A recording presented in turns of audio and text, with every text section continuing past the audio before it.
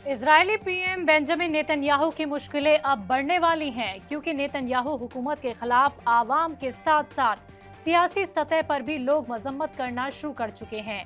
Netanyahu अपनी जिद से पीछे नहीं हट रहे और गजा में नस्लकुशी जारी है।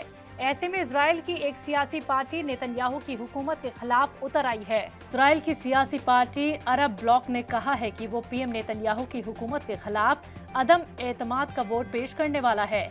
अरब ब्लॉक ने कहा कि गजा पर जंग को संभालने से कैदियों की रिहाई और तशद्दुद के खात्मे के लिए किसी मुआहदे पर पहुंचना मुश्किल हो रहा है। एक बयान में अरब तहरीक बराए तजदीद, जिसे ताल के नाम से जाना जाता है, उन्होंने कहा कि वो नेतन्याहू की हुकूमत में अदम एतमाद के वोट के लिए एक तजवीज पेश करेगी।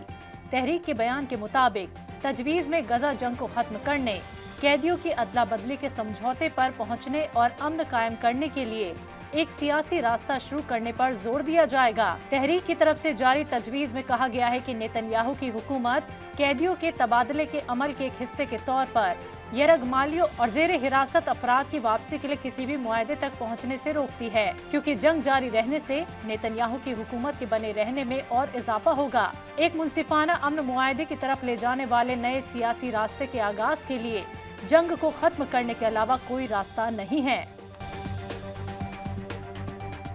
गजा जंग को लेकर ईरान ने एक बार फिर आवाज बुलंद की है। ईरान की वजारत खारजा ने इस्लामी मुल्कों से गजा और मकबूज वेस्ट बैंक के लोगों की हिमायत में उतरने की अपील की है। आपको बता दें कि ईरान की वजारत खारजा के तर्जुमान नासिर कनानी ने इस्लामिक मुल्कों से जंग ज़दा गजा और कब्जे वाले वेस्ट बैंक में फिलिस्तीनी लोगों की हिमायत करने के लिए इजरायली हुकूमत की माली और सियासी रगों को काटने के लिए अपने पास मौजूद हथियारों का इस्तेमाल करने का मुतालबा किया है। नासिर कनानी ने कहा कि इस्लामी ममालिक के पास ऐसे आलात हैं जिनसे वो ज़ियोनी हुकूमत की इक्तिसादी और सियासी रगों को काट सकते हैं।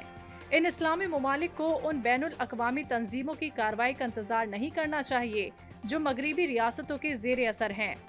तेहरान में एक प्रेस कॉन्फ्रेंस के दौरान कनानी ने आगे कहा कि इस मुश्किल वक्त में जब गजा और मगरिबी किनारे की मासूम आवाम इजरायली हुकूमत के मुसलसल हमलों की जद में है, इस्लामी ममालिक और हुकूमतों से उनकी पहली तवक्को ये है कि वो इजराइल पर दबाव डालें और फिलिस्तीन की हिमायत के लिए अपने हथियार इस्तेमाल करें।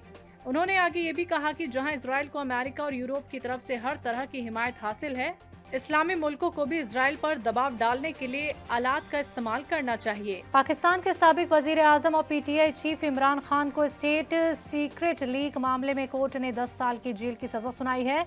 इमरान के साथ उनके साथी और साबिक वजीर खारजा शाह महमूद कुरैशी को भी 10 साल की सजा हुई है। इमरान खान इस वक्त रावलपिंडी की अदियाला जेल में बंद हैं और वहीं पर इस मामले में फैसला सुनाया गया। स्पेशल कोर्ट के इस फैसले को इमरान के लिए बड़ा झटका माना जा रहा है, क्योंकि वो पाकिस्तान में आम इंतखाबात लड़ना चाहता था। माना जा रहा है कि अब दोनों नेताओं को 10-10 साल की सजा के बाद इंतखाबात लड़ने का रास्ता बंद हो गया है। ताहम अभी उनके पास ऊपरी अदालत में अपील करने के रास्ते हैं, लेकिन जिस तरफ फौज से उनकी अदावतें चल रही हैं, ऐसा माना जा रहा है कि अदालतों से उन्हें कोई खास राहत नहीं मिलेगी। बता दें कि इंतखाबात से ठीक पहले इमरान खान की पार्टी से उसका इंतखाबी निशान बल्ला भी ले लिया गया था। इमरान और शाह महमूद कुरैशी के खिलाफ सिफर का ये मामला कौमी हिफाजत से जुड़ा हुआ है। इमरान खान पर बेहद खुफिया मालूमात के ज़ाती इस्तेमाल करने का इल्ज़ाम है। इक़्तिदार से बेदखल होने के बाद इमरान ने इल्ज़ाम लगाया था कि उन्हें बेदखल करने के पीछे अमेरिका का हाथ है। इसके लिए इमरान ने कहा कि वाशिंगटन में वाक़े पाक एम्बेसी ने उन्हें एक केबल टेप या खुफिया मालूमात भेजी थी। इमरान खान ने अपने सियासी फायदे के लिए एक मुतनाज़ सिफारती बातचीत को आम कर दिया था। इसे सिफर कहा गया।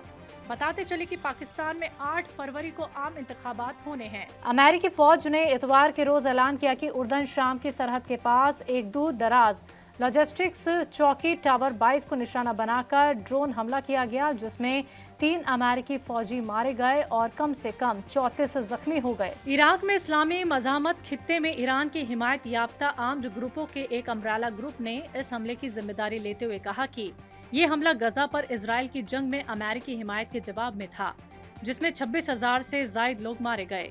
बगैर पायलट के इस फिजाई हमले में टावर 22 में रहने वाले क्वार्टरों को निशाना बनाया गया, जिसमें 34 फौजी जख्मी हो गए, जिनमें से कुछ को मामूली चोटें आईं या दिमागी सदमा पहुंचा। माहिरीन ने सवाल उठाए कि चौकी के फिजाई दिफा ड्रोन का पता लगाने में नाकाम क्यों रहे। इस हादसे को लेकर अमेरिकी सदर जो बाइडेन ने अपना रद्द अमल पेश करते हुए कहा कि वो जिम्मेदारों से इस हमले का हिसाब लेंगे। हम जानते हैं कि ये शाम और इराक में सरगर्म ईरान के हिमायत याफ्ता ग्रुपों के जरिए अंजाम दिया गया है। वहीं अमेरिका के रद्द अमल पर जवाब देते हुए ईरान ने कहा कि इस हमले के पीछे उसका कोई हाथ नहीं है। ईरान के वजारत खारजा के तर्जुमान नासिर कनानी ने कहा कि ईरान का अमेरिका के बेस पर हमले से कोई ताल्लुक नहीं है और न ही कोई मालूमात। दूसरी तरफ उर्दन ने इस हमले को दहशतगर्दाना हमला बताते हुए इसकी मजम्मत की और कहा कि वो इतवार को अपनी सरहद को महफूज करने और दहशतगर्दी से लड़ने के लिए इत्तेहादी वाशिंगटन के साथ ताउन कर रहा है। बात अगली खबर की। 22 जनवरी को अयोध्या में वाक़े राम मंदिर में राम लला की प्राण प्रतिष्ठा तकरीब में शामिल होने के बाद ऑल इंडिया इमाम ऑर्गेनाइजेशन के सरबराह डॉक्टर इमाम उमेर अहमद इलियासी के खिलाफ मुबैना तौर पर फतवा जारी किया गया। इस मामले को लेकर डॉक्टर इमाम उमेर अहमद इलियासी ने कहा कि चीफ इमाम के तौर पर मुझे श्री राम जन्मभूमि तीर्थ क्षेत्र से न्योता मिला। मैंने 2 दिन तक गौर किया और फिर हम आहंगी और मुल्क के लिए अयोध्या जाने का फैसला किया। फतवा इतवार को जारी किया गया था, लेकिन राम मंदिर प्रोग्राम के बाद से उन्हें धमकी भरे फोन आ रहे हैं। उमेर अहमद ने आगे कहा कि मैंने कुछ कॉल रिकॉर्ड की है जिनमें कॉल करने वालों ने मुझे जान से मारने की धमकी दी। जो लोग मुझसे प्यार करते हैं, मुल्क से प्यार करते हैं, वो मेरी हिमायत करेंगे। जो लोग प्रोग्राम में शामिल होने के लिए मुझसे नफरत करते हैं, उन्हें शायद पाकिस्तान चले जाना चाहिए। मैंने मोहब्बत का पैगाम दिया है, मैंने कोई जुर्म नहीं किया है।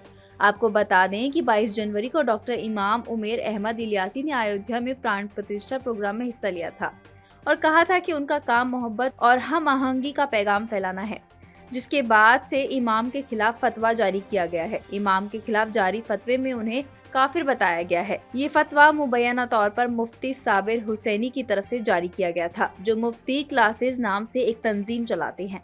राष्ट्र मंदिर था, हम वहाँ राष्ट्र मंदिर पे गए थे और हमने अपना जो पैगाम दिया, हम उस पैगाम पर अटल हैं। हम माफ़ी मांगने वाले नहीं हैं और ना ही मैं माफ़ी मांगूंगा, ना ही मैं किस तरह का इस्तीफ़ा दूंगा। और जिस तरह से वो जो चाहें कर लें। अभी उन्होंने एक स्टेटमेंट जारी किया है, उन्होंने कहा है कि हम माफ़ करने वाले नहीं हैं। तो मैं भी बता दूं कि मैं आपसे माफ़ी मांगने वाला ही नहीं हूं, क्योंकि मैंने कोई काम ऐसा नहीं किया जिससे कि कोई किसी को तकलीफ पहुंचे। मेरा कम मकसद है, अपना देश है, देश हमें देता है सब कुछ, हम भी तो कुछ देना सीखें। ये भाव सबके अंदर आना चाहिए। राष्ट्र सर्वोपरि है। जयपुर में बीजेपी एमएलए बाल मुकुंद आचार्य हिजाब पर मुतनाज़े तबसीरा करके बुरी तरह फंस गए हैं। राजस्थान की राजधानी जयपुर में गुज़िश्ता रोज बीजेपी एमएलए के खिलाफ तालिबात ने जमकर एहतजाज किया। बाल मुकुंद आचार्य के बयान की मजम्मत करते हुए तालिबात सड़कों पर उतर आई।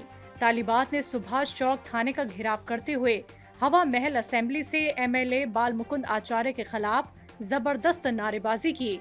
तालिबात ने बाबा माफी मांगेगा जैसे नारे बुलंद किए।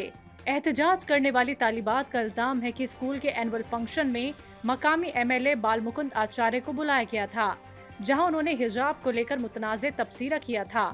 तालिबात के मुताबिक एनुअल फंक्शन में हवा महल बीजेपी एमएलए ने मजहबी नारे लगवाए, ये हमें कतई मंजूर नहीं है।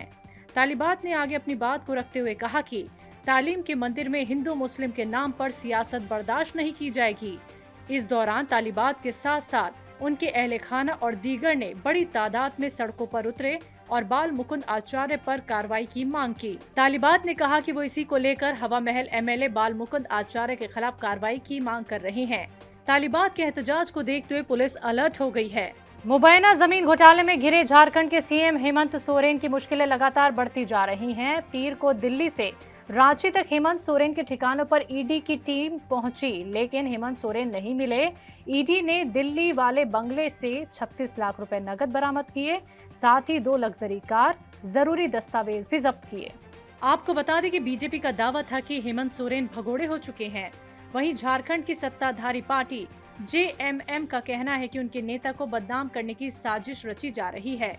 झारखंड के सीएम हेमंत सोरेन रांची पहुंचे, जहां अपने घर से बाहर निकले। इससे पहले ये कहा जा रहा था कि हेमंत सोरेन कहीं नहीं मिल रहे।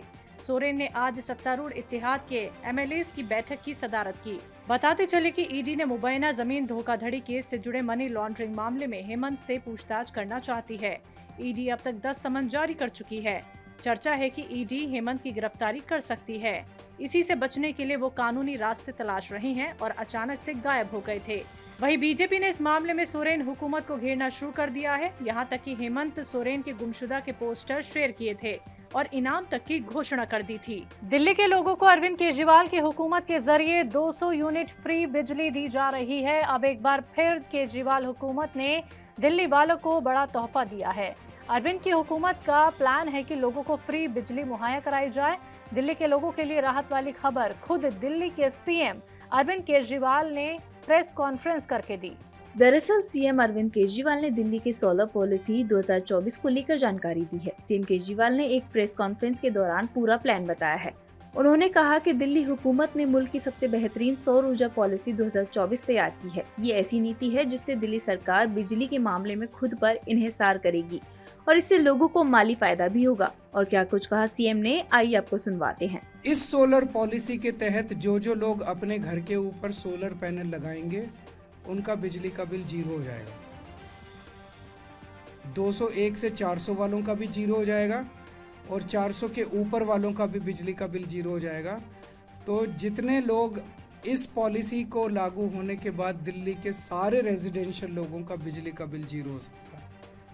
चाहे आप 2000 यूनिट इस्तेमाल करो, चाहे 1000 यूनिट इस्तेमाल करो, चाहे 800 यूनिट इस्तेमाल करो, ये सबसे बड़ा इस पॉलिसी का टेक अवे है। एआईसीसी चेयरमैन मल्लिकार्जुन खड़गे उड़ीसा के दौरे पर हैं।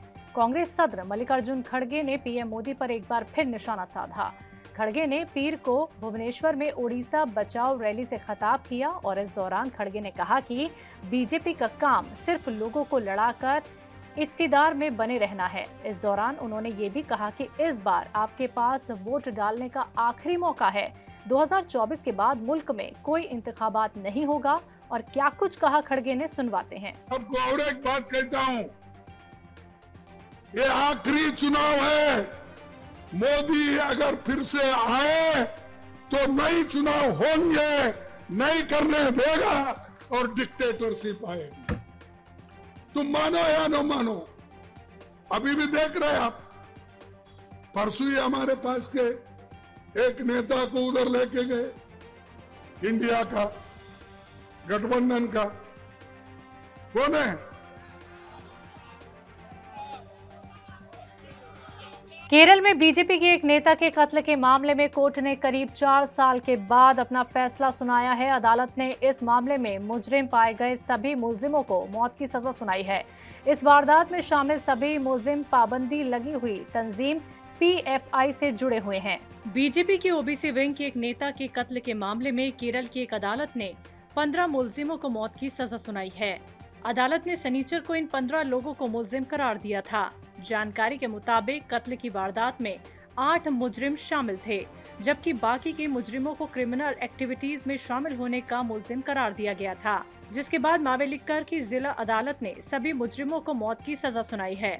केरल में बीजेपी ओबीसी मोर्चा के सेक्रेटरी रंजीत श्रीनिवासन का 19 दिसंबर 2021 को बेरहमी से कत्ल कर दिया गया था। कातिलों ने इस मामले को अलापुझा में उनके घर पर ही अहले खाना के सामने अंजाम दिया था। मुतासिर परिवार ने अदालत से कसूरवारों को ज्यादा से ज्यादा सजा देने का मुतालबा किया था। परिवार के वकील ने कोर्ट में कहा था कि मुलजिम पेशावर कातिल थे और उन्होंने बड़ी ही बेरहमी से रंजीत को उनकी मां, बीवी और बच्चों के सामने मौत की नींद सुला दिया। इस वारदात की मुल्क भर में चर्चा हुई थी। साथ ही केरल की सियासत भी गर्मा गई थी।